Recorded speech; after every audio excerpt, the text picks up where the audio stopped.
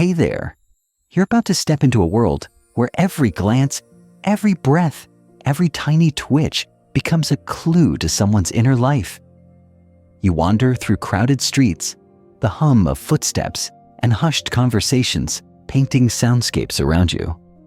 A cafe door chimes as someone enters, and in that moment, you lean closer, ears attuned to the faintest sigh of relief or the tiptoe of anxiety. No reality check. You're not a superhero, just someone learning to see what's always been there. So, before you get comfy with your headphones, take a moment to like the podcast and subscribe, but only if it feels right. And hey, while you're here, why not share your location and local time? I'm curious where in the world we're gathered. Now, lean back, maybe dim your screen light, and let's drift into today's journey together. Observation isn't about playing detective or collecting evidence. It's about recognizing what's already happening around you. It's what social intelligence really is, the art of paying attention to moments most people overlook.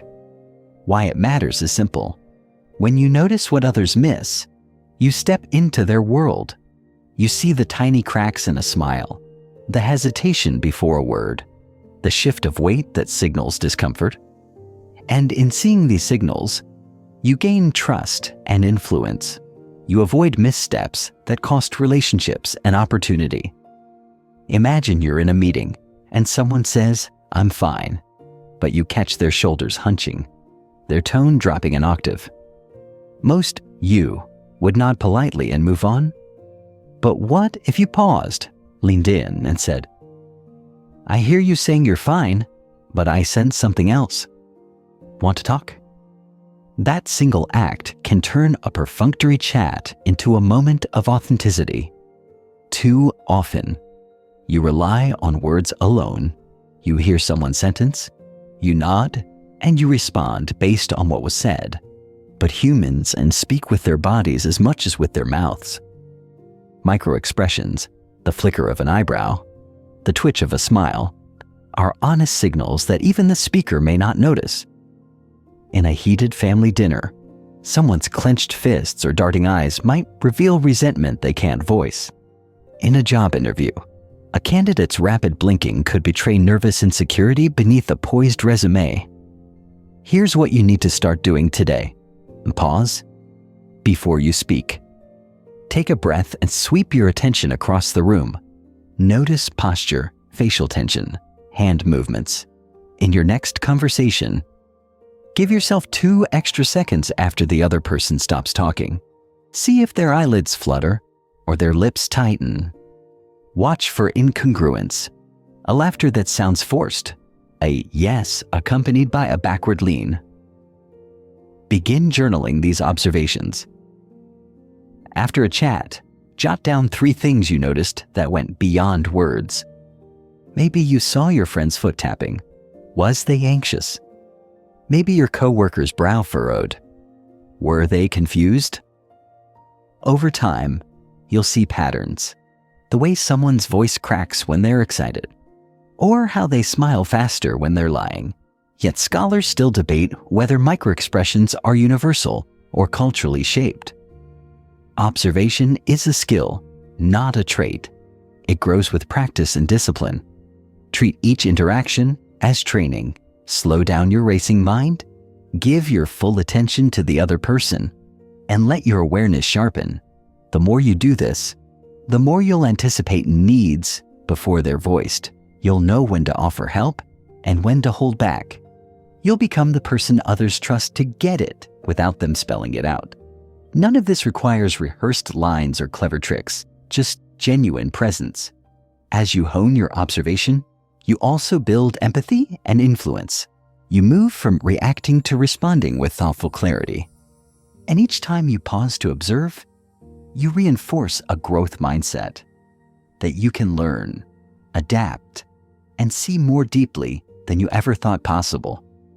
Keep practicing. The next time you're with someone, let your eyes and your mind absorb every detail. In those details lies the beginning of real connection, respect, and understanding. You settle into your seat across from someone, the hum of the room quieting as you lean in.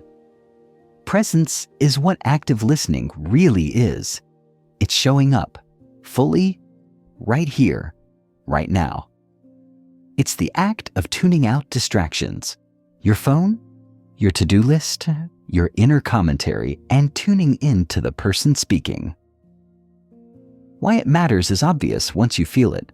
When someone truly listens to you, a switch flips, walls dissolve, voices soften, and conversations transform from routines into lifelines.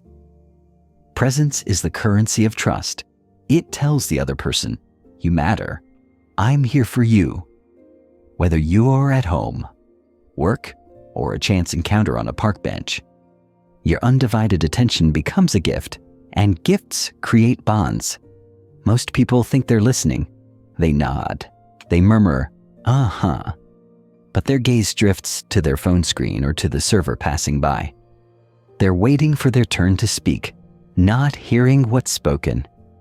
In meetings, you've sat through presentations where your mind swirls with responses instead of absorbing insights. In friendships, you've opened up only to realize your friend already has their response rehearsed. That's not listening. That's waiting. Real listening means silencing the "what I'm going to say next" channel. It means giving your full attention to the person's words, tone, and pauses. It's noticing that quiver in their voice when they mention a painful memory.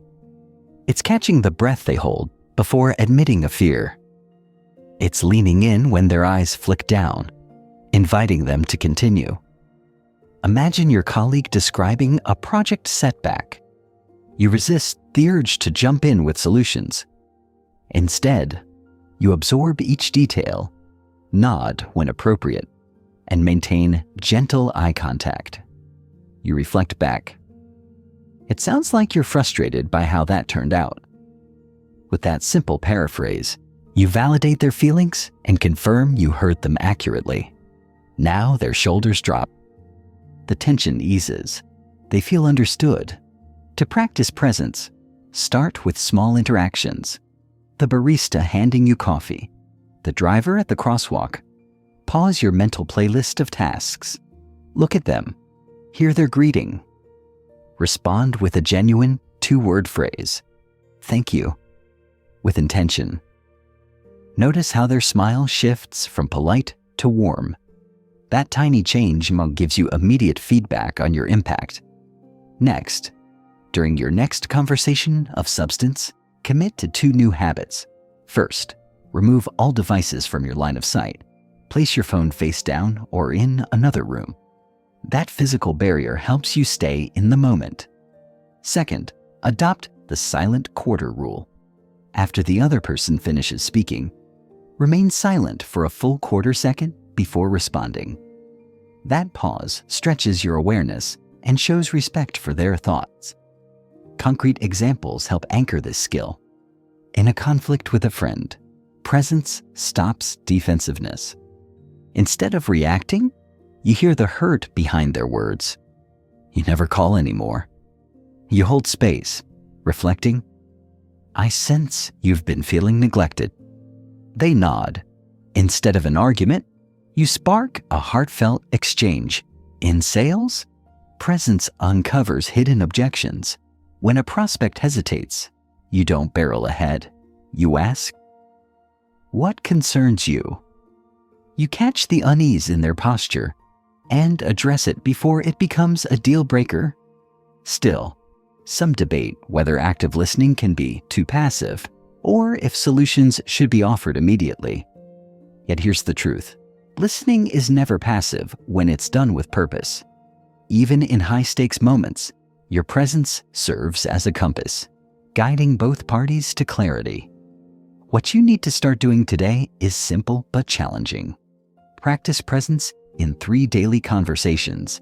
In each one, consciously drop your internal monologue and listen for at least 80% of the time. Let your role shift from speaker to sounding board. Use reflective phrases. I hear you saying, or it seems like. Notice how those words encourage deeper sharing. Keep a brief journal of these moments. Write down who you spoke with, what topic came up, and how long you managed to stay truly present. Or record the impact. Did the person open up more? Did tension ease? Over a week, you'll notice patterns.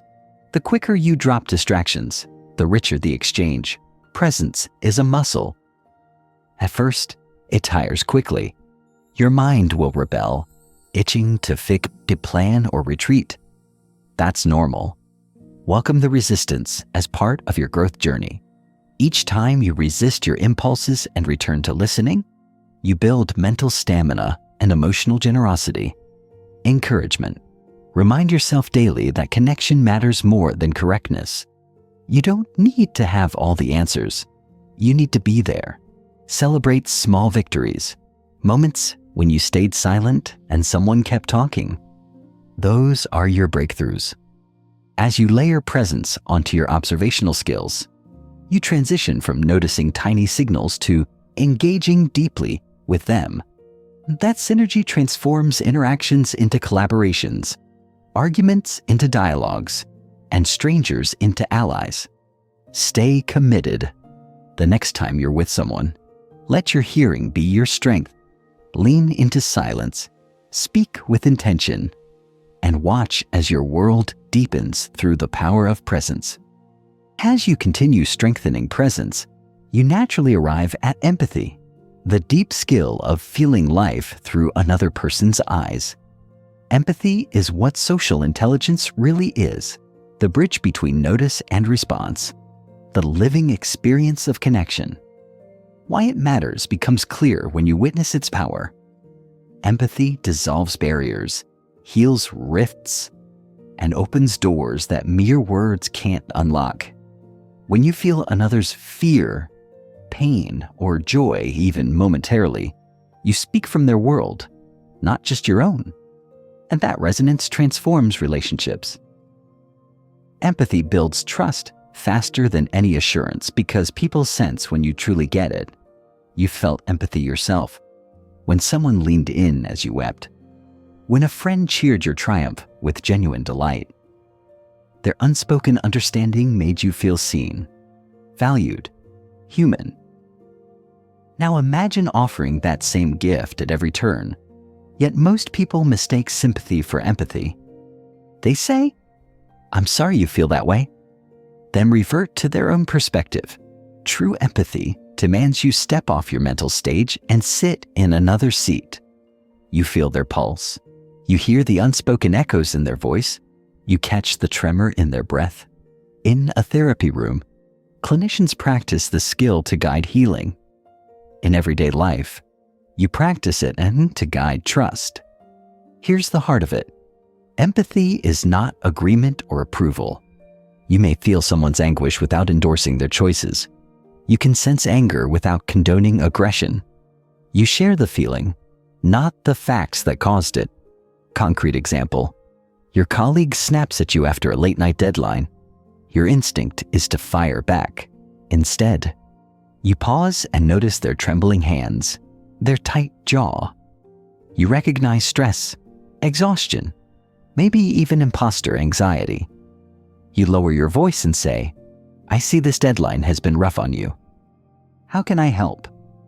That single shift, from defensiveness to empathy, turns conflict into collaboration. Another scenario. A friend cancels plans last minute. You catch the sigh behind their text, the muted "sorry." Instead of feeling slighted, you respond with curiosity. You sound overwhelmed. Everything okay? You open a space for honesty, and they share a hidden struggle. Yet, scholars debate whether empathy is innate or a skill to be developed. Even if you believe empathy springs naturally, the fact remains, you can train it daily. Here's what you need to start doing today. Practice feeling alongside in 3 brief moments. First, when someone greets you, mirror their energy. If they're joyful, let your heart lighten. If they're solemn, soften your tone. Second, In conversations, name emotions you sense. I notice you seem anxious, or that sounds exciting. Third, reflect internally. After each chat, ask yourself, what might they have been feeling beneath their words? Add journaling to this routine. After your day, jot down 2 interactions where you practiced empathy. Note what you sensed, what you said, and how the other person responded. Over a week, patterns emerge. Maybe you miss joy but catch sadness, or you identify anger yet overlook fear. That awareness becomes your compass. To hone empathy further, experiment with perspective-taking exercises. Close your eyes for a moment and imagine walking in the other person's shoes. The sights, sounds, even smells they experience. Feel their heartbeat. This may feel awkward at first, but with repetition, it becomes second nature. Another action step: cultivate compassionate curiosity. When someone shares something difficult, ask one follow-up question that invites deeper sharing. What was that like for you? Or, how did you cope when that happened? Resist the urge to fix or explain. Listen for the emotion, not the facts. Empathy also demands self-empathy. Recognize your own emotions without judgment. When you feel drained after a heavy conversation, acknowledge your feelings. I'm overwhelmed right now. Then recharge. Take a walk, breathe deeply, practice self-kindness. Only then can you offer genuine empathy without burnout. Encouragement. Remind yourself daily that each empathic act strengthens your emotional muscle. It may feel vulnerable to tune into another's pain, but vulnerability is the gateway to connection.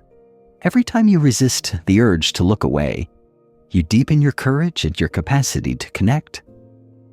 As you layer empathy onto observation and presence, you move beyond noticing signals to embodying others' experiences. Your responses become wiser, more compassionate, more effective. You shift from offering advice to offering connection. Keep this practice alive. In your next conversation, look for the unspoken undercurrent. Hear what isn't said and feel what isn't shown. Then respond with empathetic clarity, from the heart, with soft strength. Over time, empathy changes not only your relationships, but transforms your own humanity. You've sharpened your eyes, steadied your ears, and opened your heart. Now you're attuned to the silent language beneath every spoken word. Body language is what social intelligence really is. The unspoken narrative that runs beneath the soundtrack of voices. Why it matters becomes clear the moment you miss the subtle cue and misunderstand someone's intent. Imagine offering comfort to a friend, only to see them stiffen, arms crossing like drawn curtains. You meant warmth, but they felt boxed in. Or recall a negotiation where you went in confident, then noticed the other party lean back, feet shifting away, and suddenly your words fell flat. Those unspoken signals are constantly guiding us. Learning to read them keeps you in sync with reality, not just spoken promises. Most people focus on words and miss the drama unfolding in posture, gestures, and micro-movements. Hands pressed into pockets can signal discomfort or guardedness. A clenched jaw betrays tension long before someone vocalizes anger. Feet pointed toward the door speak louder than "I'm fine" ever could. Yet you've witnessed these misreads, moments when a well-intended compliment lands awkwardly, or a request meets unexpected silence. That's your cue to learn. Start by noticing 3 key channels in every interaction. Imagine, posture, are shoulders open and chest forward, or do they fold inward? An open stance invites engagement. A closed one signals self-protection. 2. Hands. Are they relaxed or do they fidget? Do they touch the face, rubbing the neck or covering the mouth, or remain visible and expressive? Each motion carries meaning. 3. Eyes. Does the gaze wander or lock on?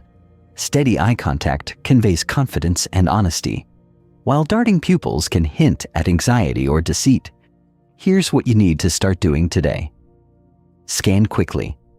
In your next conversation, begin with a brief body scan. Eyes, hands, posture. Notice one mismatch: a smile with downcast eyes, an open gesture with tightened lips. Anchor with context. Before assuming a hidden motive, check the environment. Are they cold? Are they tired? Context prevents false alarms. Reflect and ask. When you sense incongruence, gently address it. I notice you seem a bit withdrawn. Anything on your mind? Often, this simple acknowledgement opens doors. Consider concrete examples. In a team meeting, your colleague agrees enthusiastically, but taps their foot rapidly and avoids your gaze. Rather than pushing your agenda, you pause and say, "I'd love to hear what you're really thinking. Are you comfortable with this plan?" That invitation honors their unspoken hesitation. Or imagine a friend describing weekend plans while their shoulders slump and they maintain rigid posture. Despite words of excitement, their body whispers exhaustion. You might respond, "Sounds like you're torn. Want to talk through it?" That response addresses the real story. Yet some argue body language is too subjective, sparking debate over universality of gestures. Truth is, while cultural nuances exist, fundamental signals like defensive crossing of arms or genuine smiles tend to translate across contexts. You don't need a degree in kinesics, you need curiosity and observational discipline. Action steps for mastery. 1. To daily micro-practice. Before any one-on-one chat, spend 5 seconds observing the other person's stance and expressions. 2. Journaling cues. After conversations, jot down 2 body language observations and note whether your inference proved accurate. This reflection refines your pattern recognition. 3. Mirror rehearsal.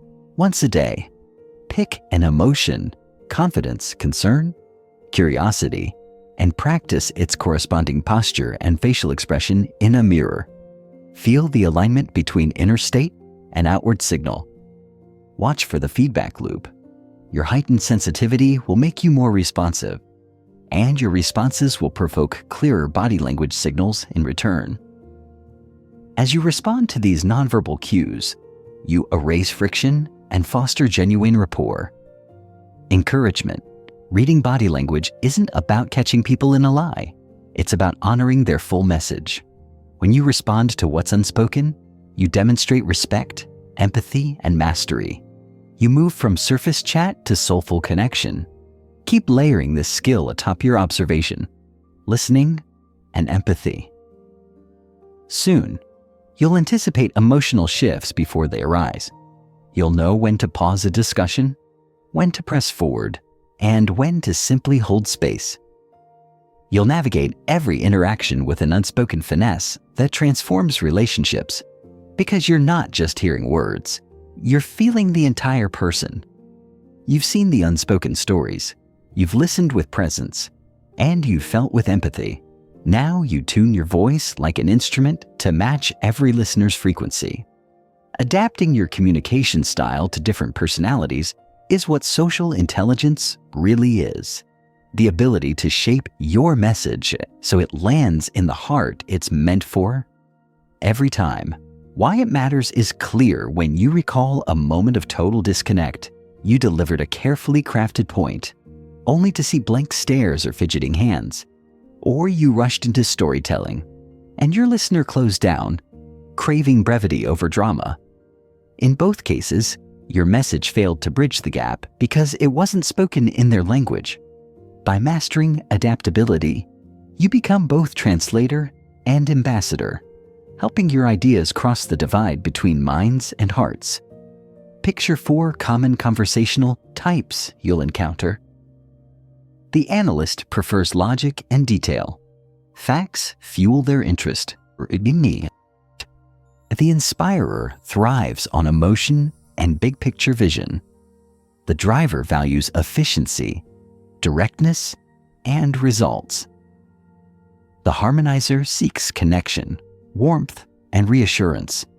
Most people default to their own style, oblivious that their natural voice may clash with another's temperament. An analyst meets numbers with nods. An inspirer meets stories with sparkles.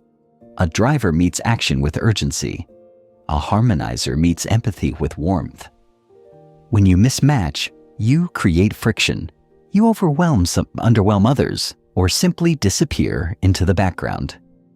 Here's what you need to start doing today. 1. Observe their cues, tone, pace, and questions. Oh, are they asking, how does it work? Analyst, or how will it feel?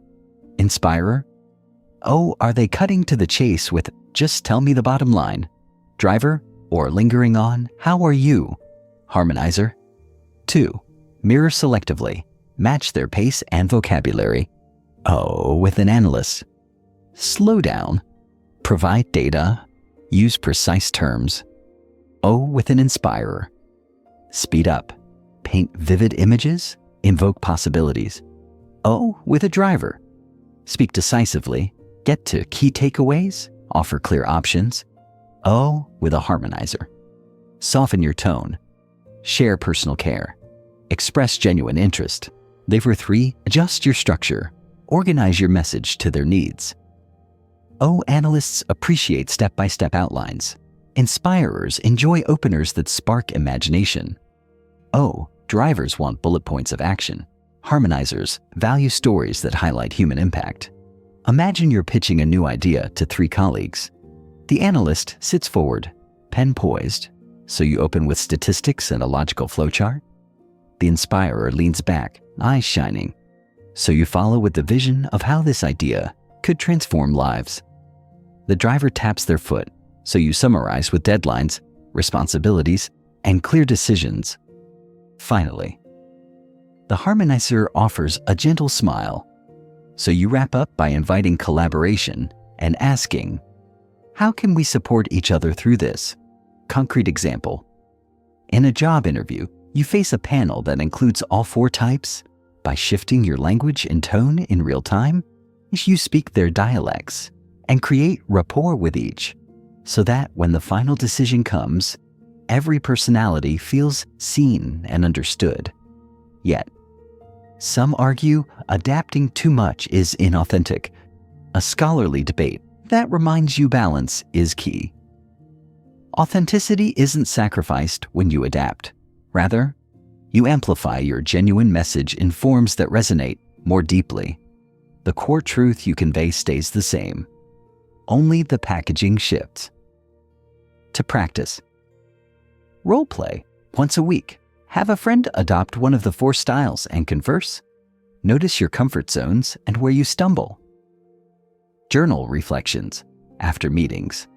Note which style dominated, how you adapted, and what response you saw. Over time, you'll build an intuitive map. Pre-meeting ritual before significant talks. Take 30 seconds to scan participants' styles, listen to their tone on calls, review emails for clues, or observe demeanor in person. Immediate action step. In your next conversation, pick one adaptation goal, mirror pace, alter vocabulary, or restructure your points and watch the other person's eyes light up when they realize you're speaking their language. Encouragement. Learning to adapt is like gaining a Swiss Army knife, each blade ready for a different cut. At first, switching styles feels awkward, like wearing ill-fitting shoes. But with practice, each shift becomes seamless, and you find yourself instinctively tuning into others' frequencies as you layer adaptation onto your observation, listening, empathy, and nonverbal insight. You don't just communicate, you connect. You transform talk into understanding, exchange into synergy, and conversation into collaboration. Every voice you meet becomes an opportunity to bridge worlds, and every adaptation deepens your influence. Keep practicing. Your next big conversation could be the one where your message finally lands exactly as you intend. Emotional awareness is what social intelligence really is. It's the skill of noticing what stirs within you before it hijacks what you say or do. It's the practice of tuning into your own inner landscape, labeling what you feel, and choosing how to let that feeling guide your response. Why it matters becomes crystal clear under pressure. Without awareness, you react on autopilot, snapping in frustration, shutting down in fear, or pushing people away in anger. With awareness, you pause, observe your emotions, and decide to respond with intention. You shift from being driven by impulses to steering your inner world with clarity and calm. This shift protects relationships, bolsters your self-trust, and turns turmoil into growth. Most people navigate life unaware of their emotional currents. They experience anger as sudden heat in their chest, anxiety as a knot in their gut, or envy as a hollow ache, and then act on those sensations without understanding their source. In a heated debate, you might accuse someone rashly. Later, you realize your aggression sprang from old insecurities, not the present moment. In team settings, you might retreat into silence, seemingly aloof, when inside you're wrestling with anxiety about looking stupid. Emotional awareness starts with naming your feelings. The basic trio, happy, sad, angry, only scratches the surface of a vast spectrum. Frustration, envy, excitement, shame, pride, overwhelm, curiosity, relief. When you can pinpoint the exact emotion, you reclaim agency. You move from "I'm upset" to "I'm frustrated because my ideas weren't heard." And from there, you can choose a constructive path. Concrete examples ground this skill. And imagine you receive critical feedback at work. You feel a flash of hurt and indignation. Emotional awareness means you notice that flash. Your cheeks flush, your breath tightens, and you label it. I feel defensive. Then you ask, what is really triggering this? Perhaps it's fear of failure or a past memory of being unfairly judged. Recognizing that lets you respond, thank you for the feedback. Can we deep dive on how I can improve?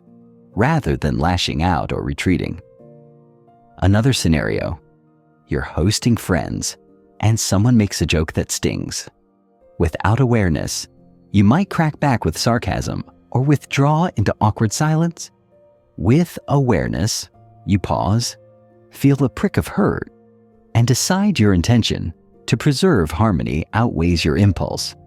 You say, ouch, that caught me off guard, inviting a conversation rather than a slam. Yet, scholars debate whether emotional awareness is innate or primarily learned, reminding you that regardless of origins, you can develop the skill through practice. Here's what you need to start doing today. Marti or 1. Daily check-ins, 3 times a day, morning, midday, evening. Pause for 30 seconds and ask, what am I feeling right now? Label it specifically. Anxious about tomorrow.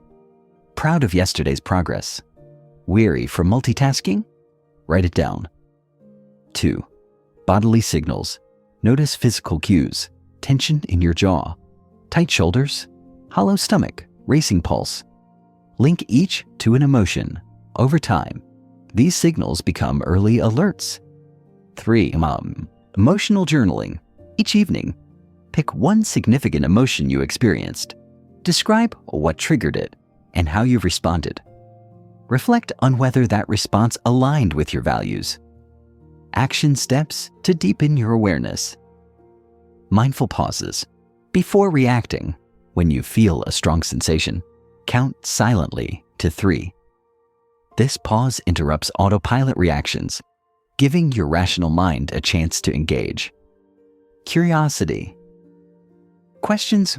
When you notice emotion, ask, what is this emotion trying to tell me? And, is this feeling based on current reality or past narrative? These questions separate impulse from insight. Self-compassion. When negative emotions arise, treat yourself like a friend. Say, "It's okay you feel this," rather than "I shouldn't be feeling this." Self-compassion fuels awareness rather than shame. Concrete practice. In your next difficult conversation, pay attention to your inner dialogue. Notice if your thoughts spiral. "They're attacking me." And counter with an awareness prompt. "I'm feeling defensive because I value respect." Then choose to respond. Let's clarify our perspectives rather than react defensively. Encouragement. Emotional awareness isn't about eliminating emotions. It's about befriending them. The more you welcome each feeling as data, the less power they have to run your life. You gain resilience and clarity and emotional maturity. Over time, this practice builds a feedback loop. Stronger awareness leads to wiser responses, which yield better outcomes, which reinforce your habit of noticing. You become less reactive and more reflective. A person who moves through heated rooms with calm presence, not from avoidance, but from mastery. As you layer emotional awareness on top of observation, listening, empathy, body language reading, and adaptable communication, you transform your inner world, and in turn, every social interaction. You no longer just read people, you read yourself. And when you can manage your inner currents, you navigate every conversation with clarity, compassion, and unwavering presence. Questions are more than punctuation. They're keys unlocking hidden chambers of the mind. Strategic questioning is what social intelligence really is. The deliberate art of asking questions that invite honesty, spark reflection, and deepen connection. Why it matters is simple. Weak questions yield weak answers. A casual "how's it going?" elicits "fine." A strategic "what's been the biggest challenge you faced today?" prompts a revelation. Questions shape dialogue. They set the agenda. They guide people from surface chatter into meaningful exchange. Mastering this skill lets you steer conversations toward clarity, empathy, and cooperation. Most people ask questions out of habit or obligation. They lecture through questions. "Don't you think we should start earlier?" They lob vague queries that get vague replies. "Any thoughts?" They fill silence with questions to avoid discomfort, rather than to uncover truth. In sales, they ask, "Do you like it?" instead of, "What concerns do you have?" In teams, they ask, "Any question?" instead of, "What obstacles are you facing?" Those questions shut down honesty. True strategic questions share a few traits. Specificity. They focus on concrete issues, not abstractions. Open-endedness. They invite exploration, not yes, no replies. Curiosity. They emerge from genuine interest, not agenda. Timing.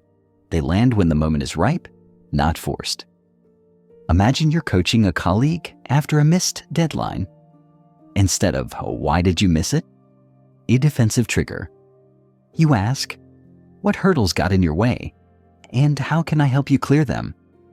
This phrasing shifts blame from person to process and invites collaboration. Here's what you need to start doing today. Method 1. Prepare 3 go-to prompts. All draft questions like, "What's the real story beneath this situation?" Or, "What outcome matters most to you?" Or, "How can we make this better together?" Keep them handy. Author 2. Use the 5 whys when digging deeper. Place ask why up to 5 times. First answer reveals surface cause. Each subsequent why peels back layers until you reach root motivations. 3. Pause after asking. Give at least 3 seconds of silence. Resist filling the void. People often reveal more when they think silence signals space, not impatience. Concrete example. In a conflict with a partner who feels unheard, you say, "When I think about our last conversation, What part felt most frustrating for you? You wait, they explain, you follow with, how can I adjust to show you I'm truly listening? That sequence fosters openness. Another scenario. Leading a project kickoff, instead of, do you get the plan? Ask, what do you see as the biggest risk in this plan? Individuals reveal concerns, and you address them proactively. The team feels trusted and engaged. Yet, some argue that too many questions can feel like an interrogation, sparking debate over balance. The counterpoint. Strategic questions asked with warmth and context feel like invitations, not interviews. The key is tone and intention. Action steps for mastery. Daily question challenge. In each conversation today, replace one habitual question with a strategic one. Notice the difference in responses. Reflect on question impact, and at day's end, jot down 2 questions you asked and whether they prompted deeper insight or shut the door. Role-play curious interviews. Practice with a friend, aiming to keep at least 80% of the dialogue driven by your questions. Remember to calibrate to personality styles. Analysts crave clarifying questions about details. Inspirers savor questions about vision and values. Drivers respond to efficiency-oriented queries. Harmonizers open to questions about feelings and relationships. Encouragement. Questioning is not about testing others or exposing flaws. It's about co-creating understanding. When you ask with genuine curiosity, people relax and reveal their truths. Each well-crafted question deepens trust and paves the way for collaboration. As you layer strategic questioning onto observation, listening, empathy, emotional awareness, body language reading, and adaptability, you gain the power to guide conversations toward shared insight and mutual growth. You transform talk into exploration, dialogue into discovery, and meetings into breakthroughs. Keep refining your questions. Each new inquiry is a lever shifting conversations from the ordinary into the extraordinary. Pressure mounts in every tense conversation. The voices grow louder, emotions surge, and clarity slips away. Cultivating patience is what social intelligence really is. The steady practice of holding space, breathing through tension, and choosing calm over reactivity. Why it matters becomes crystal when impatience costs connection.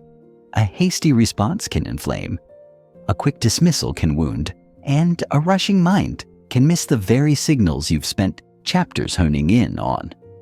In high-stakes moments, conflicts with loved ones, heated work debates, or crisis talks, your ability to stay composed and patient is the bridge between discord and understanding. Most people operate on fast forward. They interrupt mid-sentence. They finish others' thoughts. They bulldoze through discomfort in search of resolution. Yet rapid replies often eclipse nuance and provoke defensiveness. A hurried apology feels hollow. A snapped, calm down fuels anger. A rushed, let's fix it, overlooks the need to feel heard. True patience is active, not passive. It's the deliberate choice to pause, to breathe, and to tune into the emotional undercurrents before adding your own voice. It's the calm center in the eye of a conversational storm. Imagine sitting across from a friend who's upset. Their words tumble out in jagged fragments. Your first instinct might be to interject reassurance or solutions.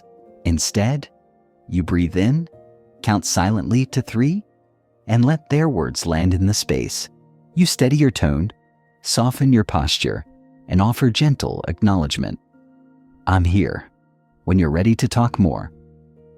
That pause honors their process. It says, I see your struggle, and I'm not rushing you. Here's what you need to start doing today. Mindful breathing. When conversation heats up, inhale for 4 counts, exhale for 6. This simple rhythm calms your nervous system and signals patience. 2. Reflective timer. Set a mental timer for 3 seconds after someone finishes speaking. Let that silence linger before you speak. 3. Validation over correction. Resist the urge to fix immediately. Practice phrases like, "That sounds tough," or "I can see why you feel that way," before offering advice. Concrete examples illustrate the power of patience. In a work conflict, your teammate lashes out over a missed deadline. Their frustration is palpable. You pause, feel your chest tighten, then respond. "It seems this has caused a lot of stress. Tell me more about what's challenging you." Instead of reciprocal anger, they find space to articulate root issues, and you both move toward a solution. At home, your partner shares a long-held disappointment.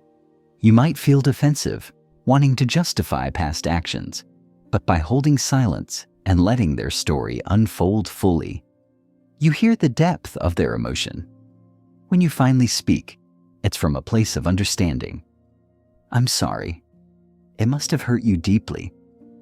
That measured apology fosters healing.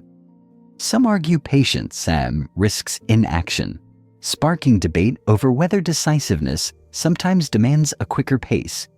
Yet patience and action aren't opposites. Pausing doesn't stall progress. It ensures the action you take is the right one.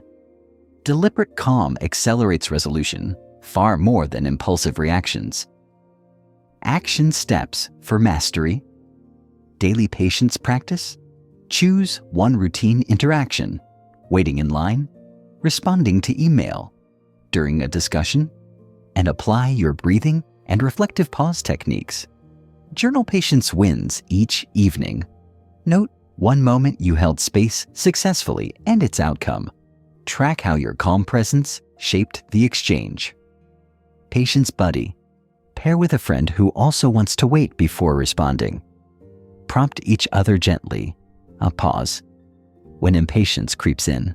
Encouragement. Patience refines every other skill you've built. It strengthens observation. You notice subtleties you'd miss when rushing. It deepens listening. You truly absorb words in the silence. It amplifies empathy. You feel more because you linger in the emotion. As you weave patience into observation, listening, empathy, emotional awareness, questioning, body language reading, and adaptability, you transform reactive patterns into reflective practice.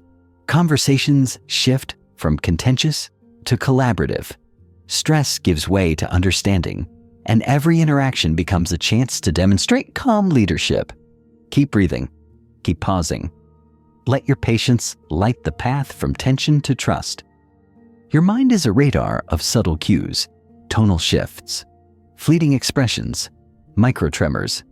Yet there's an even quieter signal waiting in the wings: intuition. Strengthening your intuition is what social intelligence really is. It's the inner compass guiding you through murky emotional waters when logic alone falls short. Why it matters shows up in that split-second decision you can't fully explain. You walk into a meeting and sense the atmosphere crackling before anyone speaks. You ask a question off script, and suddenly, buried concerns surface. You shake hands with a stranger and feel an instant warmth or wariness that shapes every follow-up move. That inner knowing gives you an edge. You anticipate motives, diffuse tensions, and connect on a level beyond words. Most people dismiss these gut feelings as coincidence or just a hunch. They lean entirely on facts, missing the richer data pouring in beneath the surface. In negotiations, they press forward despite an uneasy feeling and pay the price when a deal collapses. In friendships, they ignore warning signals and get caught off guard by betrayals. Yet your intuition is built on thousands of unconscious observations, tiny patterns your conscious mind hasn't yet pieced together. It whispers truths your rational mind can confirm later. Here's how to strengthen it. 1. Notice bodily reactions, the flicker of tension in your jaw, the lightness in your chest, the tingle on your skin. Your body often senses emotion before your mind catches up. When you feel these reactions, pause and ask, what's this trying to tell me? Create moments of stillness daily. Carve out 2 to 5 minutes of quiet reflection. No distraction, no agenda. Let your thoughts settle and listen to your inner voice. Over time, the static fades and intuition speaks more clearly. 3. Journal intuitive hits. Each day record one moment when you felt a gut instinct. Note the context, the signal, and what you did next. Then track whether acting or not acting on that instinct led to a better outcome. Imagine you're in a job interview. The candidate ticks all the boxes on paper, yet as they speak, you feel a slight unease, a subtle hesitancy in their tone, a quick glance away each time they discuss teamwork. You jot a note to probe their collaboration style further and discover they've struggled with trust in previous roles because you trusted that first impression. You uncovered critical information before forming an offer. Another scenario. You plan a networking call with someone whose email seemed curt. As you dial in, you notice a pit in your stomach. You begin with warmth instead of business and then open with, I sensed from your note you might be juggling a lot. How are you doing? Their guarded tone softens instantly. And you learn about recent changes in their organization that reshape your partnership approach.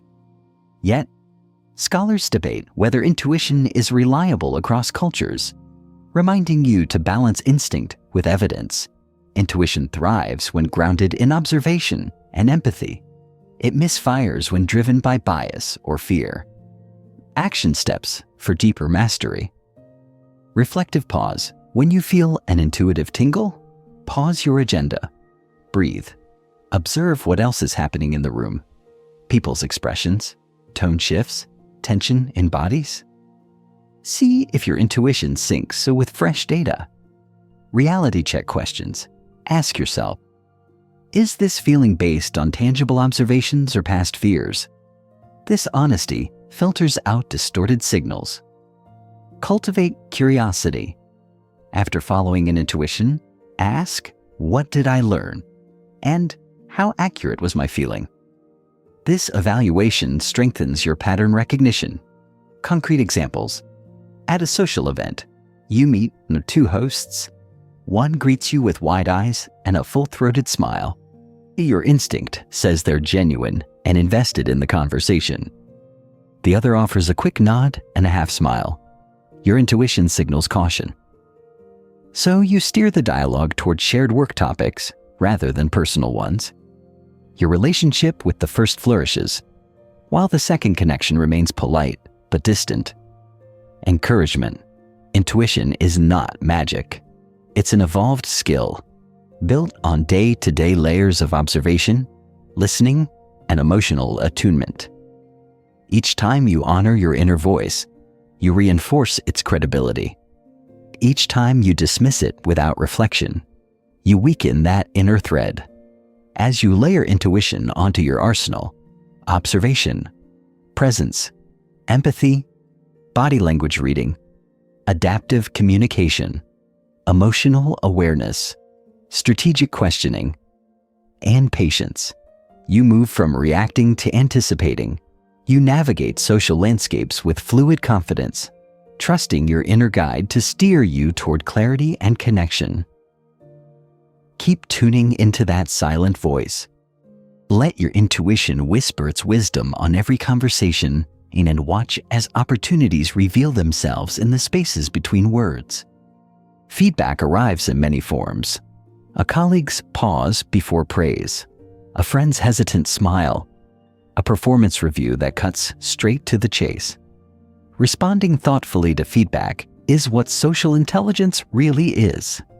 It's the choice to welcome truth, sift signal from noise, and grow stronger relationships by turning critique into connection. Why it matters is clear when you remember painful rebounds from defensiveness, an offhand remark you shrugged off, only to have resentment fester, or a manager's suggestion you dismissed, missing the chance for real improvement. When you respond thoughtfully, listening deeply, acknowledging honestly, and seeking clarity, you transform potential conflict into collaboration. You build trust, invite honesty, and demonstrate maturity that inspires others to follow suit. Most people respond to feedback with instinctive walls. They justify, deflect, or counterattack. They hear criticism as a personal affront, fueling shame or anger.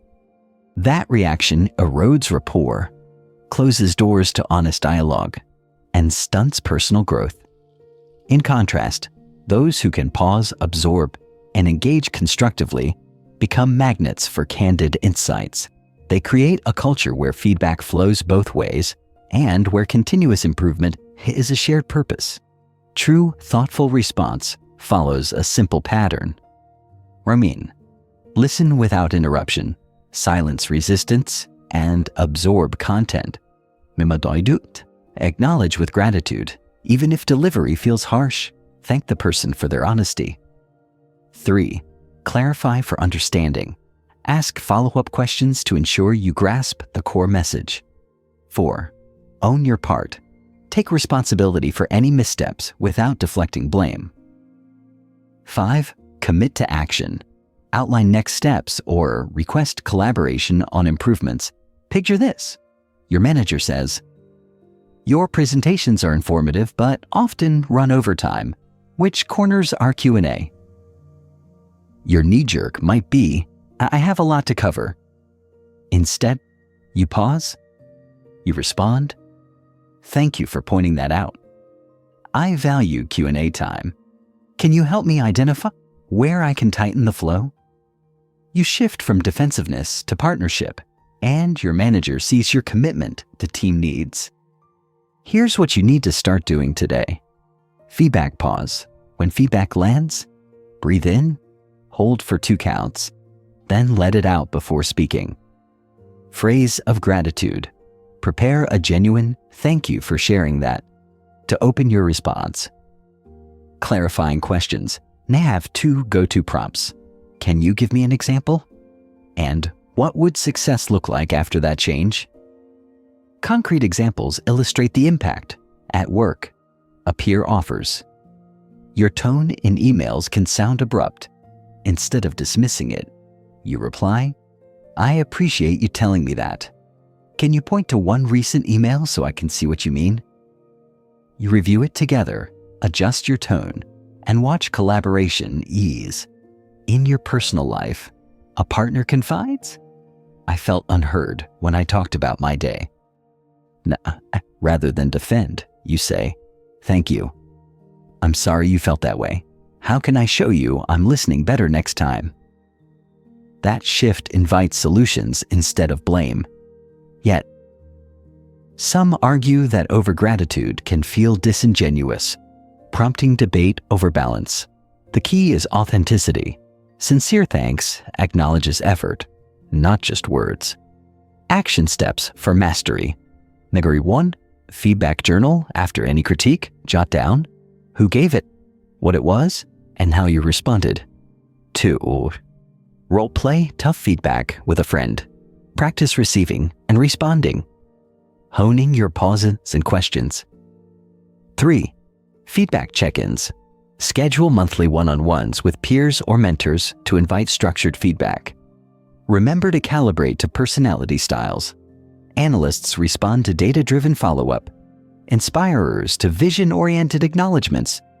Drivers to decisive action plans. Harmonizers to empathetic tone. Encouragement. Responding thoughtfully to feedback is not a weakness. It's a strength that signals growth mindset. Every thank you and clarifying question builds bridges, not burn them. As you layer feedback mastery onto observation, listening, empathy, body language reading, adaptive communication, emotional awareness, strategic questioning, patience, and intuition, You forge networks of mutual respect. You transform every critique into a step forward, every evaluation into an opportunity to deepen trust and competence. Keep welcoming feedback as a gift. Each thoughtful response is a seed of stronger, more authentic connection. Your face is a live broadcast of your inner world, transmitting confidence, warmth, doubt, or tension before you utter a single word. Managing your facial expressions is what social intelligence really is. It's the intentional art of aligning your inner state with the visage you present, so others receive your message with clarity and trust. Why it matters becomes obvious the moment you misalign, when your tight jaw contradicts your calm words, or your forced smile rings hollow against anxious eyes. In high-stakes interactions, a job interview, a first date, a difficult conversation, your face sets the tone. A genuine expression of warmth opens doors. A flicker of impatience slams them shut. Mastering facial awareness and control ensures your presence supports your purpose. Most people underestimate how much others read in a glance. 15% of communication impact comes from nonverbal cues, especially facial signals. Yet you see it all the time. Someone assures you, "I'm on your side," while their eyebrows furrow, or they say, "I'm listening," as they stare past you. Those micro-expressions seed doubt. Meanwhile, genuine eye warmth and a relaxed brow foster instant rapport. Begin by auditing your default expressions in front of a mirror. Bring to mind a calm, confident state. Notice your face. Are your eyes soft or squinted? Is your jaw set or tense? Does your smile reach your eyes or just your lips? Practice modulating small muscle groups, that slight eyebrow lift, the gentle curve of your mouth, a slow blink, to discover how subtle shifts influence perception. Here's what you need to start doing today. 1. Micro-awareness check several times a day. Briefly scan your own face, relax your forehead, unclench your jaw, soften your gaze. 2. Mirror rehearsals. Once daily, spend 2 minutes practicing 3 core expressions. O, confident neutrality, a slight lift of the inner brow, relaxed cheeks, and a steady gaze. O, warm interest, a gentle smile, raised eyebrows, and slightly tilted head. O, empathetic concern, softened eyes, slight mouth downturn, and small nod. 3. Video self-review. Record a 1-minute check-in where you speak about any topic. Play back to note fleeting expressions, an eye roll, a smirk, and adjust in future practice. Concrete examples illustrate impact. In a client presentation, you begin with a tight, rehearsed smile and rigid posture. Your audience senses formality but not genuine engagement. Later, you soften your eyes, breathe into your cheeks, and let a natural smile emerge at key points. Instantly, their posture relaxes and they lean forward. Another scenario. You deliver constructive feedback. If your brow furrows aggressively, your message feels like an attack. Instead, you adopt an expression of concern, soft eyelids, slight head tilt, empathetic gaze, and your critique lands as supportive guidance, not condemnation. Some argue that conscious management risks coming off as inauthentic, sparking debate over whether deliberate expression undermines spontaneity. The truth is, authenticity and awareness coexist. You're not faking emotions. You're ensuring that genuine intention shines through unclouded by habitual tension. Action steps for deeper mastery. Facial baseline journaling. At day's end, jot down one situation where your expression matched your intent and one where it didn't. Reflect on why. Partner feedback. Ask a trusted friend to observe your expressions in a 5-minute conversation and note times when your face betrayed your words. Integrated pause. Before key interactions, meetings, difficult chats, take a 5-second pause. Soften your facial muscles and visualize the expression you wish to hold. encouragement. Mastering facial expressions is not about repression. It's about expression with purpose. Each micro-adjustment amplifies your inner confidence and warmth, making you more approachable and credible. As you layer facial awareness onto observation, presence, empathy, body language reading, adaptive communication, emotional awareness, strategic questioning, patience, intuition, and feedback responsiveness, your entire social presence becomes a seamless symphony. Your face stops sending mixed signals instead. It becomes the beacon that draws others in, builds trust, and amplifies your true message. Keep practicing. Let your face reflect not just who you are, but who you want to be in each moment. Steady, warm, and undeniably authentic. Every room you enter carries an energy, sometimes warm and inviting, sometimes tense and taut. And your ability to notice energy shifts is what social intelligence really is. The silent skill of feeling the emotional temperature of a space and responding in harmony, not discord. Why it matters becomes clear whenever you misstep in a group. You share a joke, and laughter flickers briefly before an awkward hush falls. Or you bring up a topic at a dinner party, and the spark in people's eyes dims. Those are moments when you've missed the shift, the subtle drop or rise in collective mood, and your well-intended words collide with unspoken currents. By sensing energy, you stay in sync, avoiding gaffes and fostering flow. Most people focus on individual cues, tone, posture, and facial expression, yet overlook the aggregate vibe that emerges when multiple signals converge. You might catch one person's crossed arms, but miss the undercurrent of collective fatigue if you're only listening to words.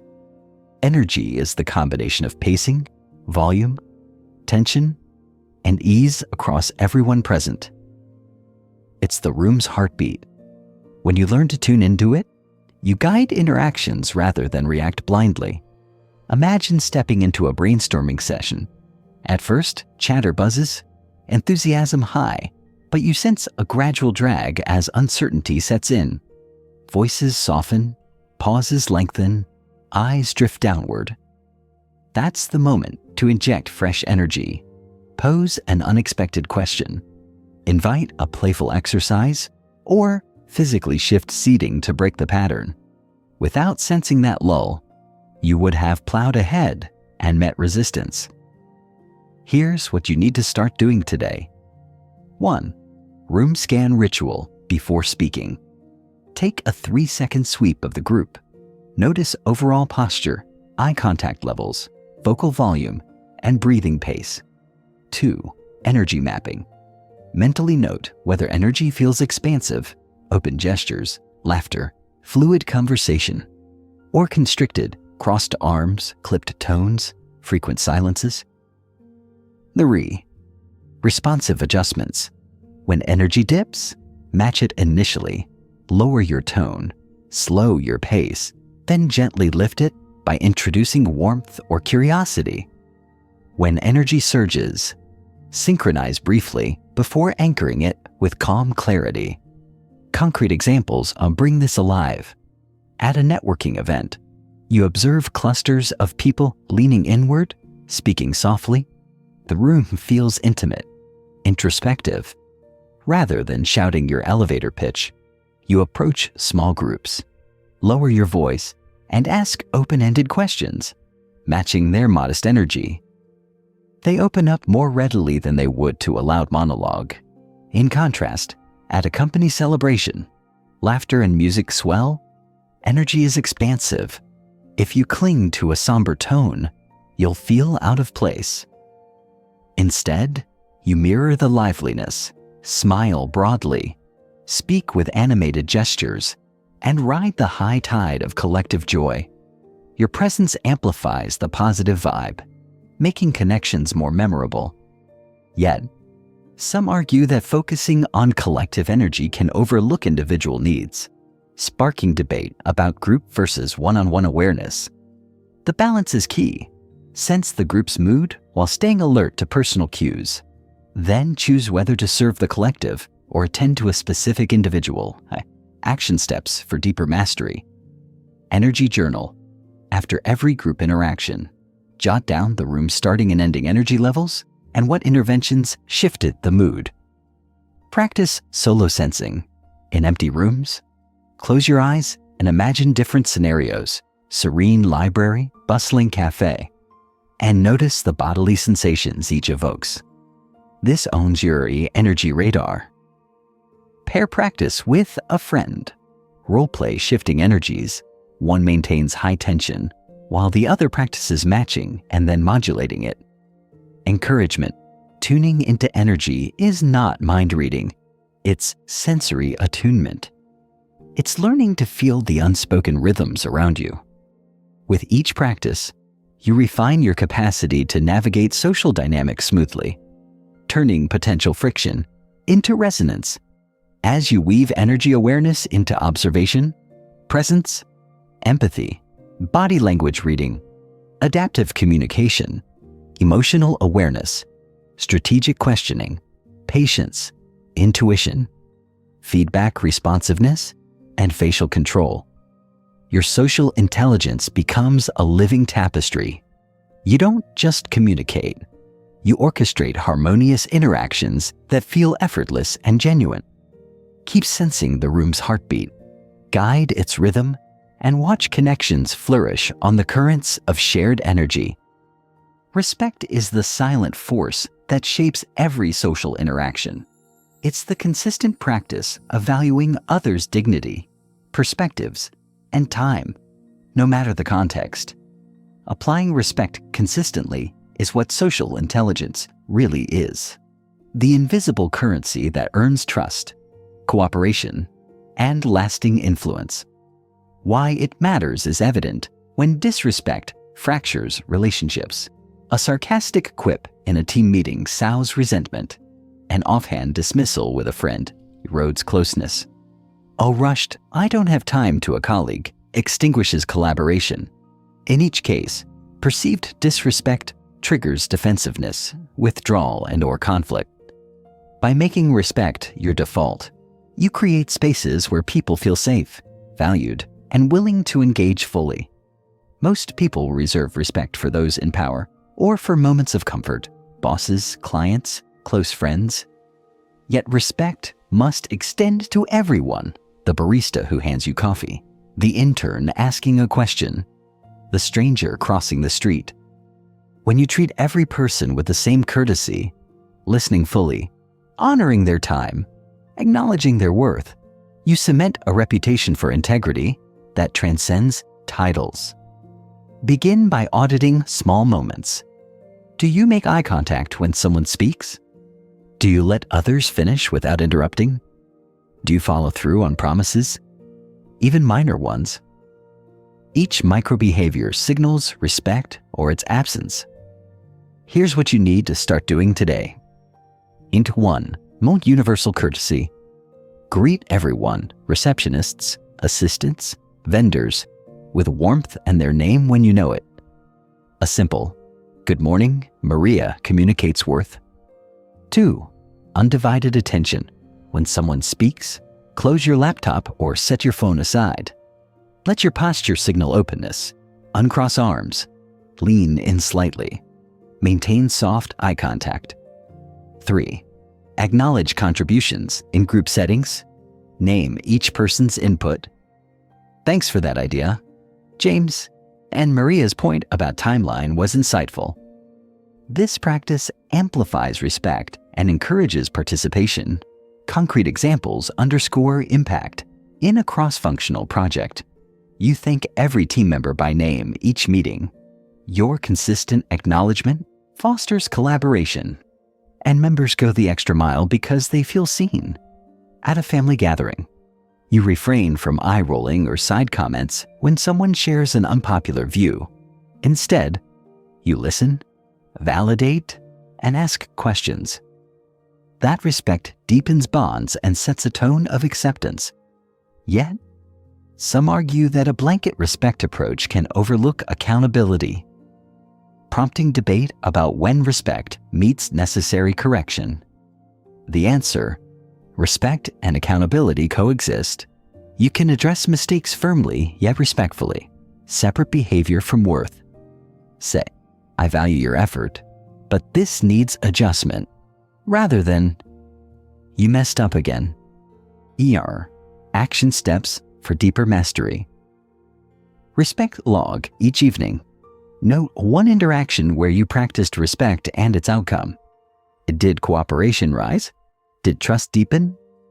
Feedback check. Ask a trusted peer. Where do I show or lack respect in our interactions? Use their insights to refine your approach. Boundary clarity. Respect includes self-respect. Define and honor your own boundaries. Say, "I can't right now" when needed, so others learn to respect your time and energy. Encouragement. Respect is not a one-way street. It reflects back. When you make respect your baseline, others mirror it. Your consistent courtesy becomes a magnet, drawing in integrity, generosity, and loyalty. As you weave respect into every skill, observation, presence, empathy, body language reading, adaptive communication, emotional awareness, strategic questioning, patience, intuition, feedback responsiveness, facial control, and energy sensing, your social intelligence shines as both principle and practice. You'll find doors opening, teams uniting, and relationships flourishing, all on the bedrock of genuine respect. Keep applying respect, because it's the foundation upon which trust and cooperation are built. Curiosity may be the single most powerful spark in human connection. Developing social curiosity is what social intelligence really is. It's the ongoing hunger to discover others' stories, perspectives, and inner worlds, not as a tactic, but as a genuine way of being. Why it matters shows in the moments when people feel truly seen, when someone remembers a detail about your life, asks about a project you mentioned weeks ago, or simply leans in with authentic interest. That feeling of significance and recognition builds bonds faster than any clever line or practiced pitch. Social curiosity signals respect, empathy, and investment in the relationship. And those signals ripple outward, inviting deeper sharing and trust. Most people engage at surface level. "How are you?" "Busy." "You?" They nod along, but their minds wander. They wait for their turn to speak. In these interactions, curiosity is the missing ingredient. It's not enough to hear words. You need to ask why. How? What else? To unearth layers beneath the obvious, here's how to cultivate it. 1. Active noticing. Tune into small details. A worn notebook, a unique accessory, a fleeting expression. Use these observations as launching points for questions. 2. Follow the thread questions. When someone mentions a hobby or challenge, ask, "What drew you to that?" Or, "How has that shaped you?" Then listen for the next thread to follow. 3. Tell me more. Make this your go-to phrase. It signals open invitation and genuine appetite for depth without pressuring the other person. Imagine meeting a neighbor who casually mentions weekend hiking instead of responding, "Cool." You lean in. "Hiking. What trails do you love and why?"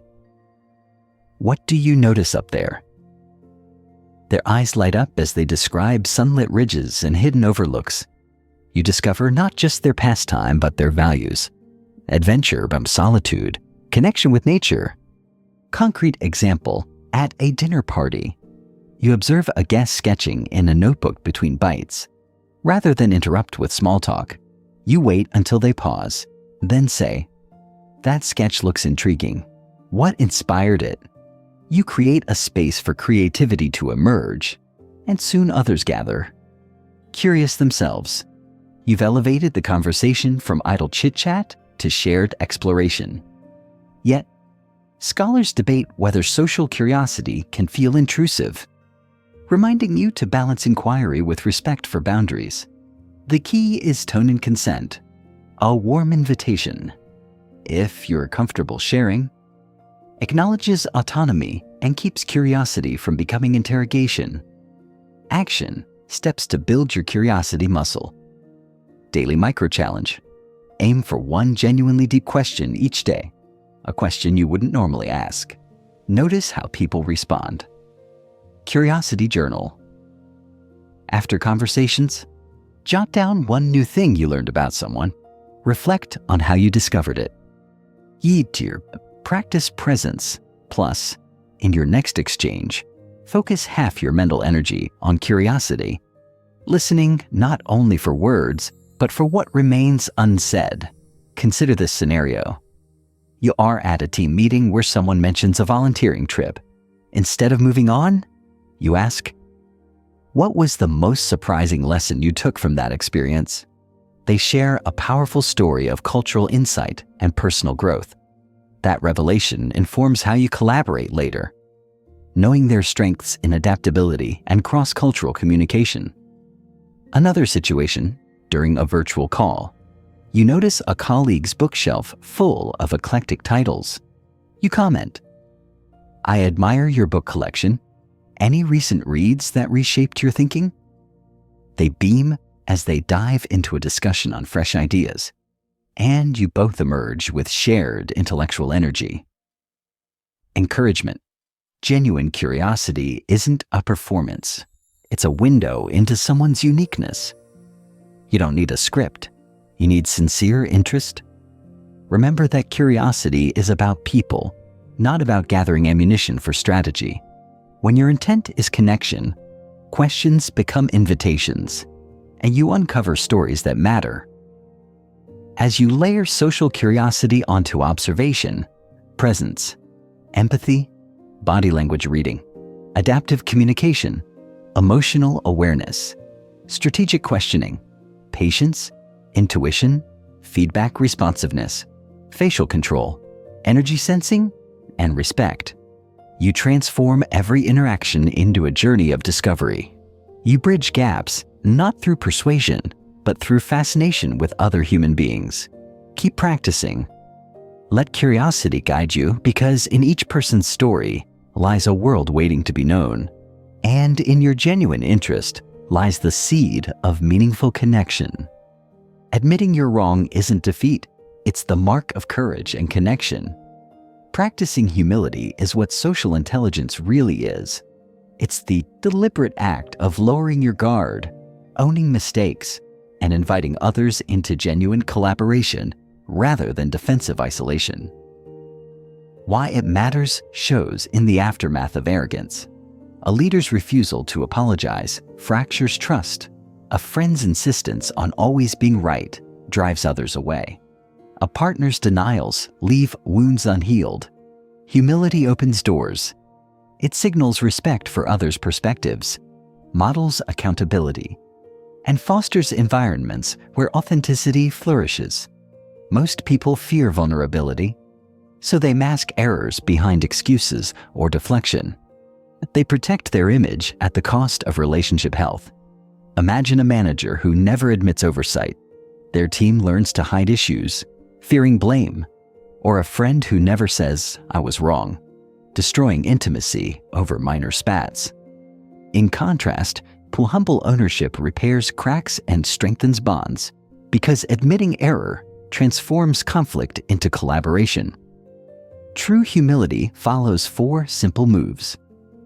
1. Notice defensiveness. When you feel your chest tighten or your tone sharpen, pause and recognize the impulse to protect. Now read 2. Name your part. Let's speak the truth. I was mistaken about or that came out wrong. 3. Offer apology. No qualifiers.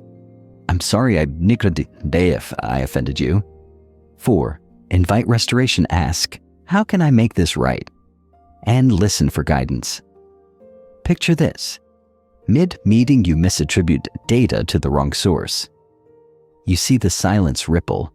Instead of forging ahead, you say, I realize I cited the wrong report. I apologize for the confusion. Let me correct that now. Your team relaxes, respect deepens, and discussion resumes with clarity. Another scenario. A friend points out you missed their birthday. Your instinct is defensiveness. I've been so busy. And instead, humility says, you're right. I dropped the ball. I'm really sorry, and how can I make it up to you? That sincere apology rebuilds warmth faster than excuses ever could.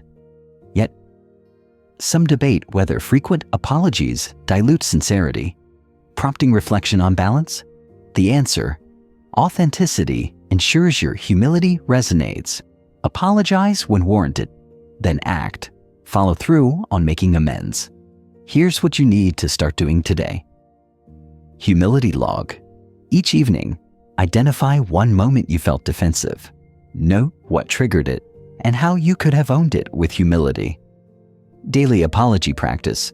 Seek one small opportunity to admit a minor oversight, arriving late, misreading a message, dropping a task, and apologize promptly. Restoration follow-up. After apologizing, ask a simple question. What can I do next? And commit to the agreed action. Concrete examples anchor this skill. In team reviews, you admit, my feedback last week was too abrupt. I'm sorry. Anete, you then ask, how would you prefer I share suggestions? That invitation strengthens collaboration and trust. With family, you acknowledge, I raised my voice this morning. It wasn't fair. I'll speak more calmly. Your honest admission models emotional maturity and encourages reciprocal openness. Encouragement. Humility is not weakness. It's the source of deep strength. Each time you own a mistake, you reclaim integrity. You show that relationships matter more than ego. You empower others to be honest without fear.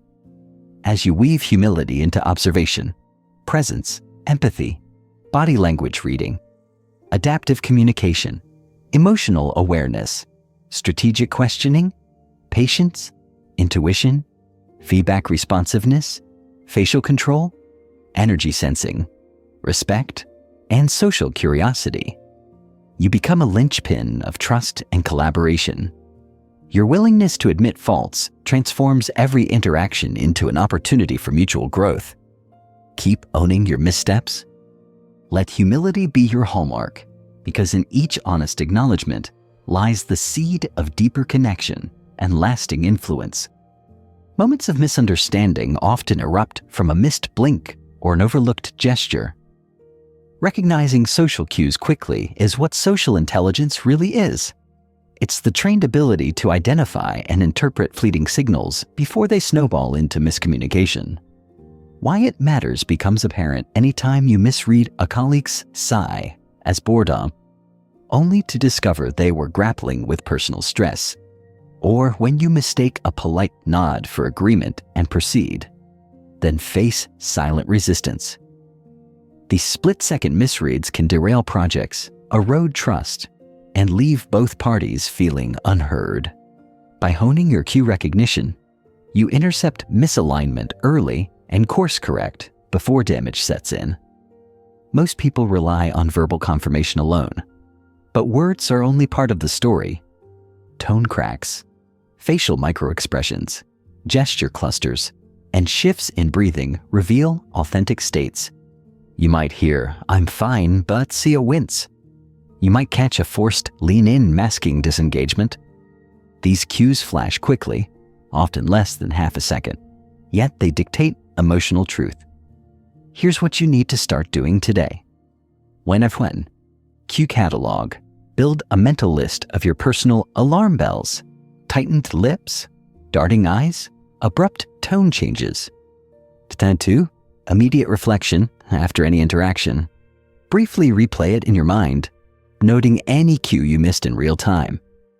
3. Clarify gently when you sense a discrepancy. Ask, I noticed you paused there. Is everything okay? This prompt reveals hidden information before confusion grows. Concrete examples make it real. In a team huddle, A teammate breaks eye contact when a deadline is raised. Your mind sparks. They're uneasy. You pause the meeting. I see that deadline concerns you. Let's discuss how to adjust. You avoid late-stage burnout by addressing workload early.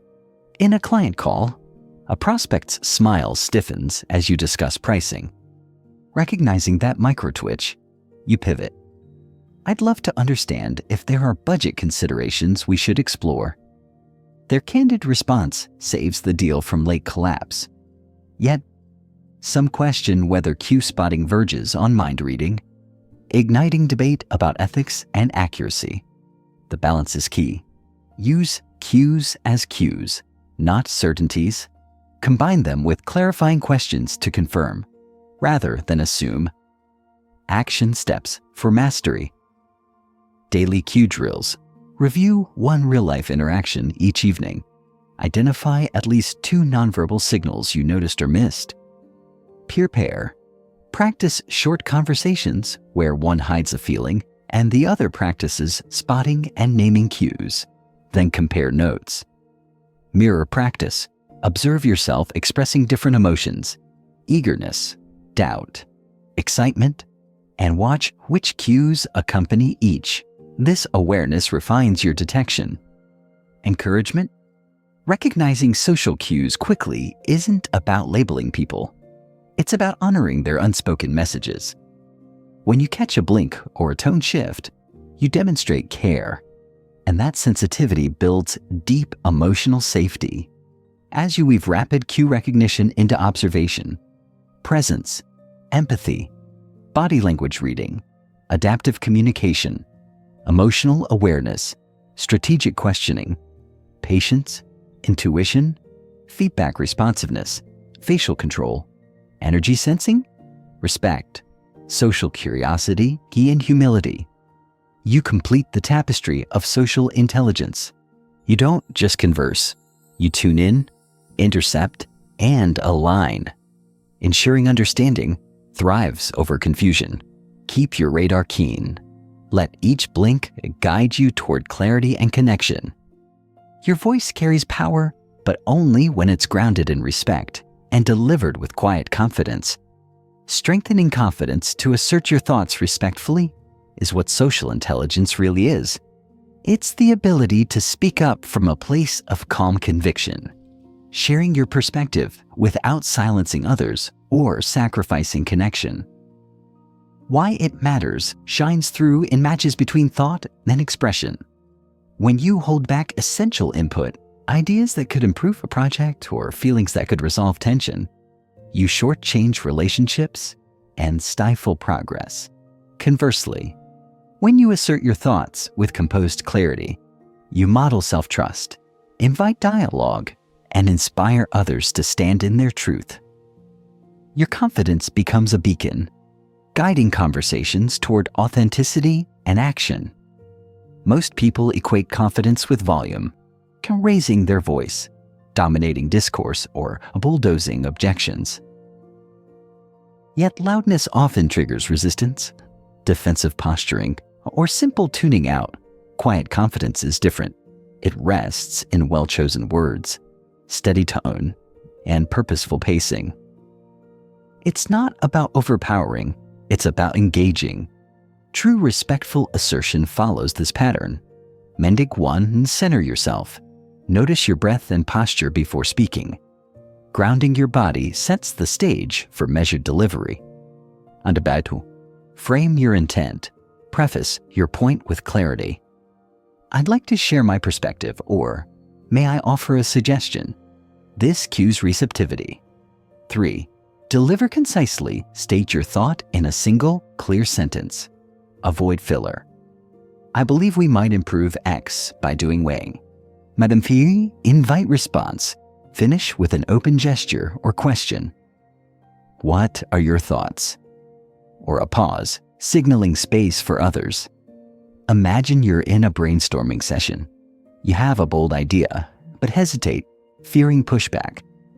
Quiet confidence says, here's a thought. What if we approached it this way? You speak calmly, making eye contact, and then pause. The room shifts from speculative chatter to engaged consideration.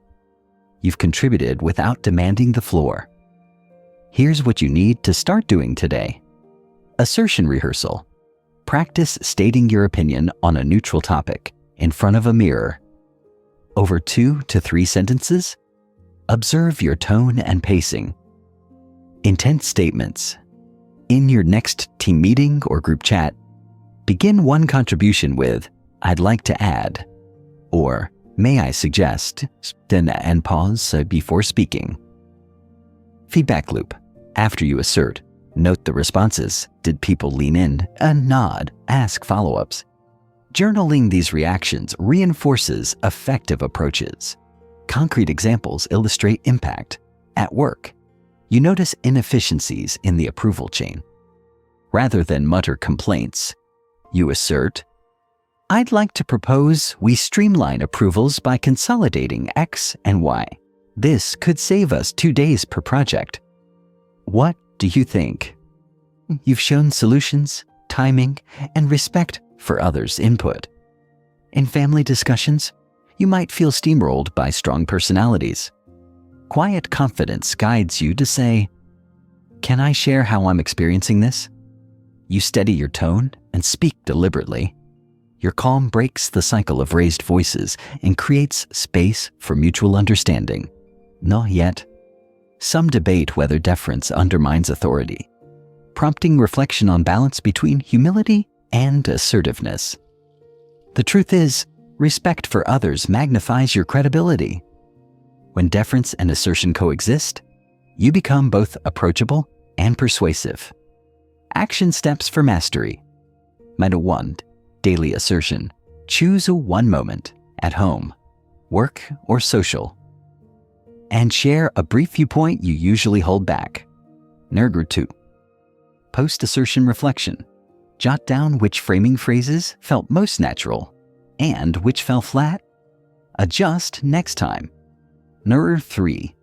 Role model observation. Identify someone who exemplifies quiet confidence. Note their body language, tone, and timing. Then integrate one observed habit into your next conversation. Encouragement.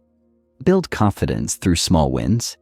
Each respectful assertion reinforces your voice's value and your capacity to stand firm without aggression. Over time, your presence deepens, and people come to expect and appreciate your contributions.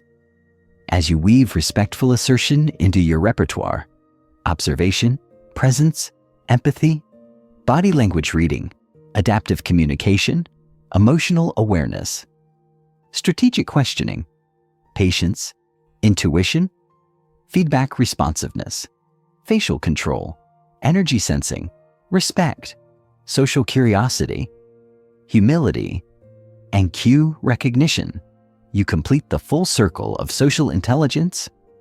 You speak with impact, listen with empathy, and move conversations forward with trust and clarity. Keep finding your calm center and let your quiet confidence light the way. Stories are the vessels that carry meaning, moments woven into memorable arcs that stick long after facts fade. Using storytelling is what social intelligence really is. It's the craft of embedding your message within narratives that resonate emotionally, spark imagination, and make ideas unforgettable.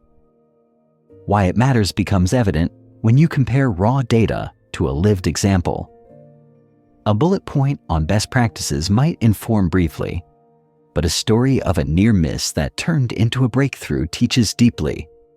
Narratives engage both heart and mind, activating empathy, creating mental imagery, and forging lasting connections. When you wrap insights in story form, listeners don't just hear, they feel. Most people default to listing points or sharing logic, believing clarity comes from facts alone. Yet without context, facts float in isolation.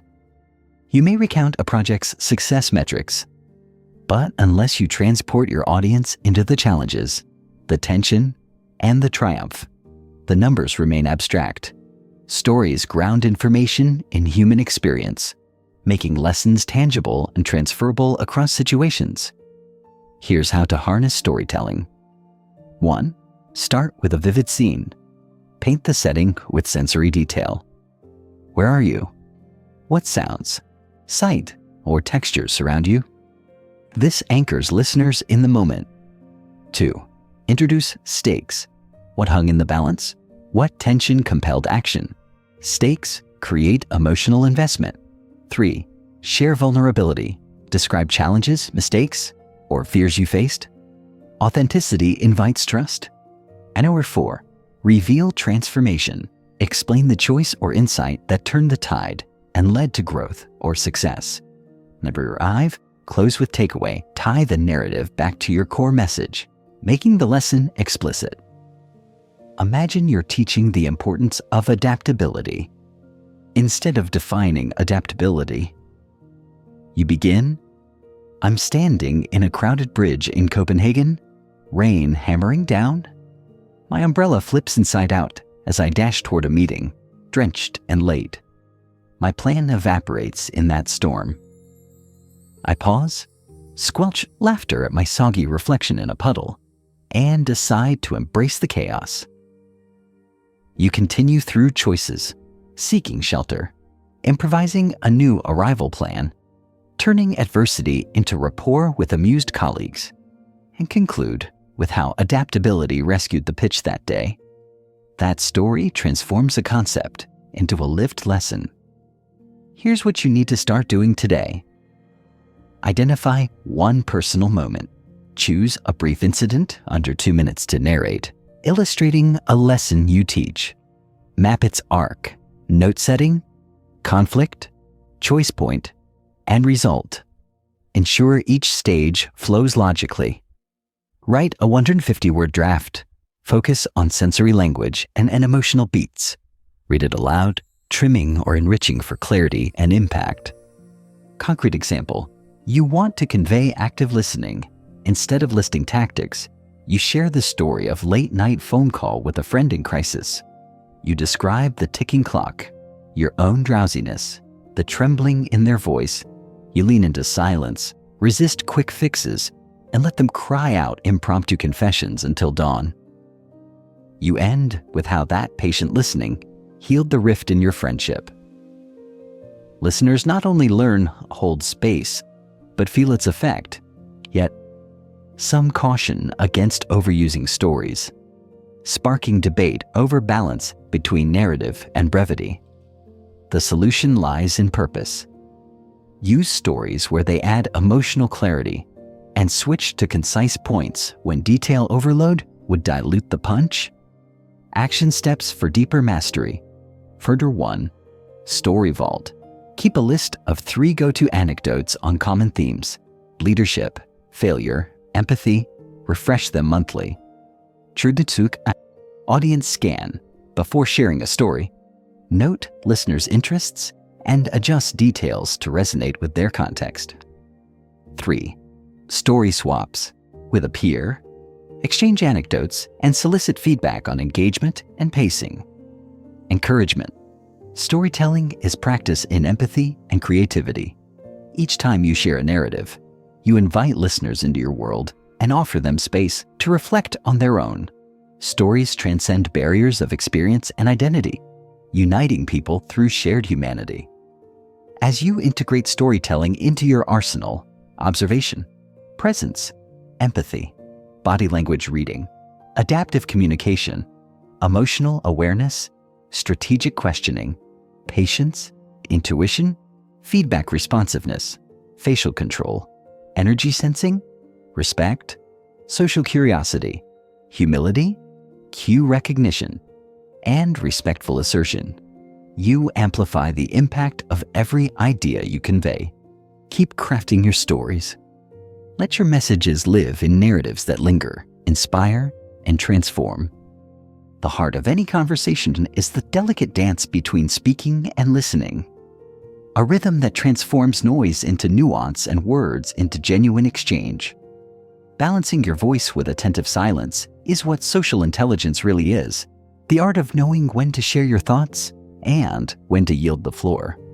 creating space for connection rather than competition. Why it matters reveals itself in one-sided dialogues, arguments where both people talk past each other, presentations where the speaker drones on without feedback, or coffee dates where one friend dominates and the other drifts into silence. When you speak constantly, you drown out others' voices. When you listen always, you risk invisibility. The magic lies in balance. You deepen understanding by alternating contribution and receptivity, and you leave conversations richer than you found them. Most people default to one pole, either loquaciousness or reticence.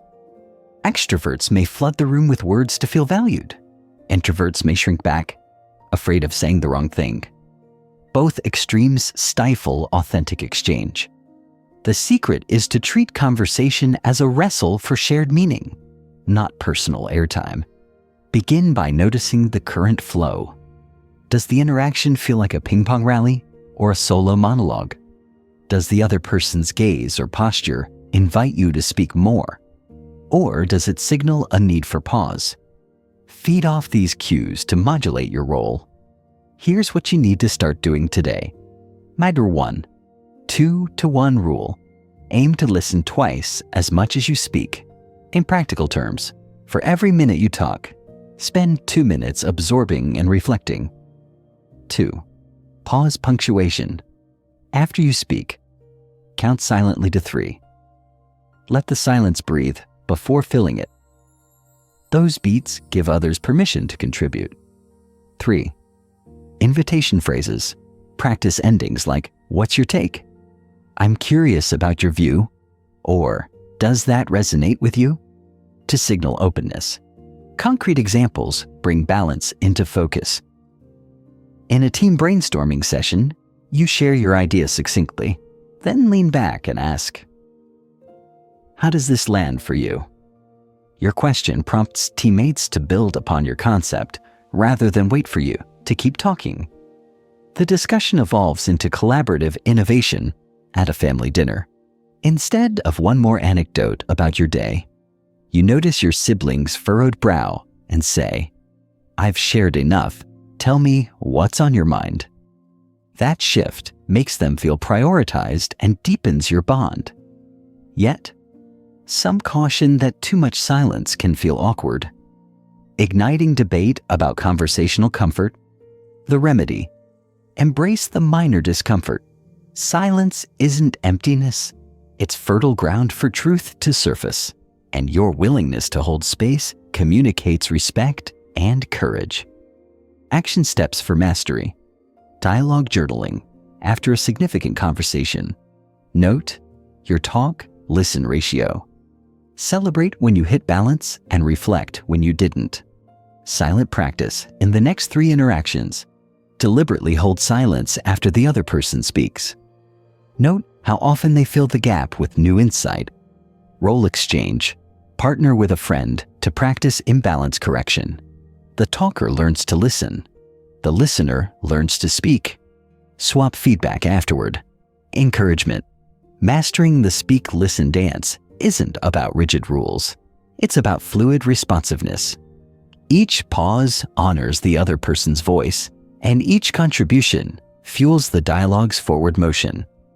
As you weave balanced communication into your existing framework, observation, presence, empathy, body language reading, adaptive communication, emotional awareness, strategic questioning, patience, intuition, feedback responsiveness, facial control, energy sensing, respect, social curiosity, humility, cue recognition, respectful assertion, and storytelling, you orchestrate conversations that resonate deeply.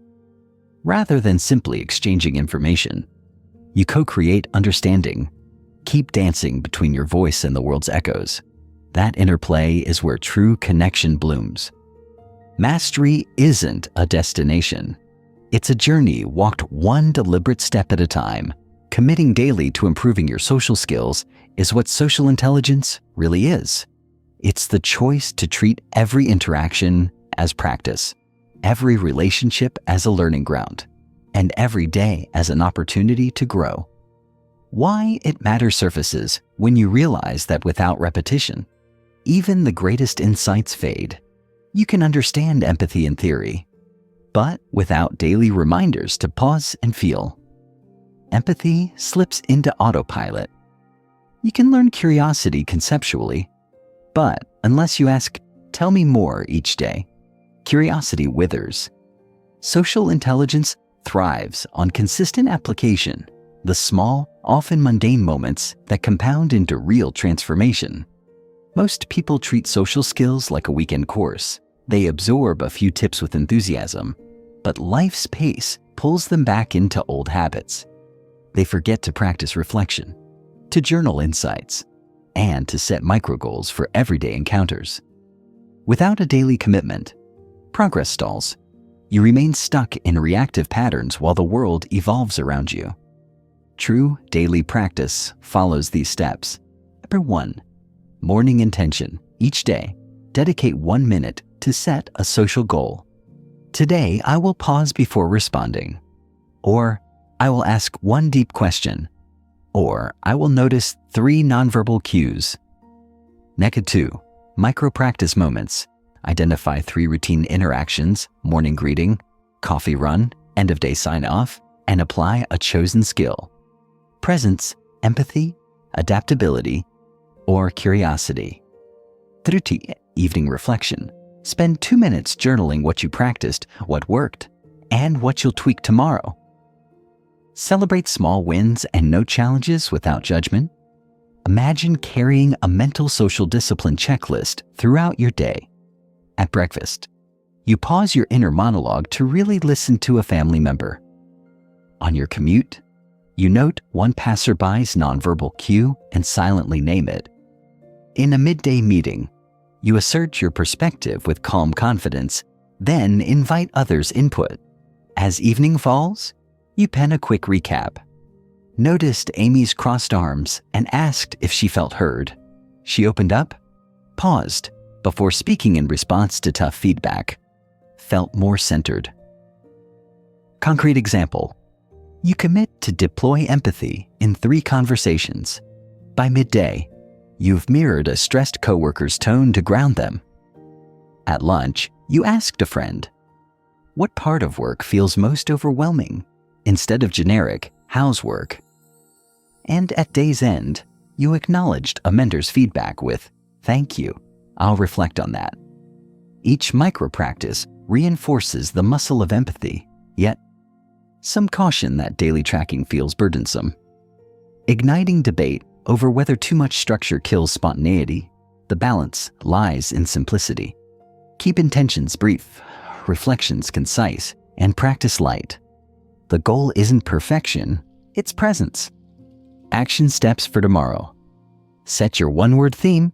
Choose a skill. Observe, listen, adapt, and silently repeat it upon waking. Create anchor cues. Tie practice to routine triggers, opening your laptop, finishing a call, or passing a mirror. Use a simple tracking method, a mark on a sticky note, or a check in your Notes app for each successful practice. Encouragement. Small, consistent actions build unshakable habits. Each pause, question, and reflection cements your growth. Over weeks, these micro steps weave into an effortless tapestry of social mastery. As you integrate daily commitment into your comprehensive skill set, observation, presence, empathy, body language reading, adaptive communication, emotional awareness, strategic questioning, patience, intuition, feedback responsiveness, facial control, energy sensing, respect, social curiosity, humility, cue recognition, respectful assertion, storytelling, and balanced dialogue, you transcend theory. You live social intelligence in every breath, every gesture, every word. Keep stepping forward. Your daily practice is the forge where true social mastery is tempered. Now, let your pace gently slow. Imagine yourself back in that cafe, the afternoon light soft on the table. You close your journal, feeling the weight of each learned skill settling into quiet confidence. Inhale deeply. Feel the warmth of your breath as it rises, then drifts away, taking with it any lingering tension. Exhale softly.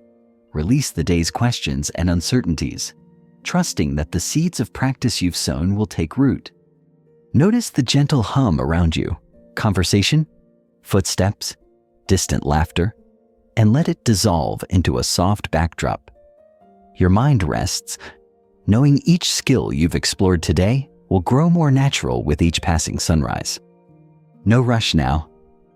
Your social intelligence isn't a race, but a current that flows gently through your interactions, unseen yet ever present. Here, in the quiet pause, feel the calm strength you've cultivated, the kindness in your gaze, the patience in your silence, the authenticity in your voice. Carry this serene awareness into your evening. Let your heart and mind weave together the insights you've gathered, allowing them to shimmer beneath the surface of your next breath. You've journeyed through 20 chapters of growth. Now rest in the gentle assurance that each practice, each reflection, each act of presence is part of a lifelong path. Tomorrow, you'll rise with fresh intention, but for now, simply be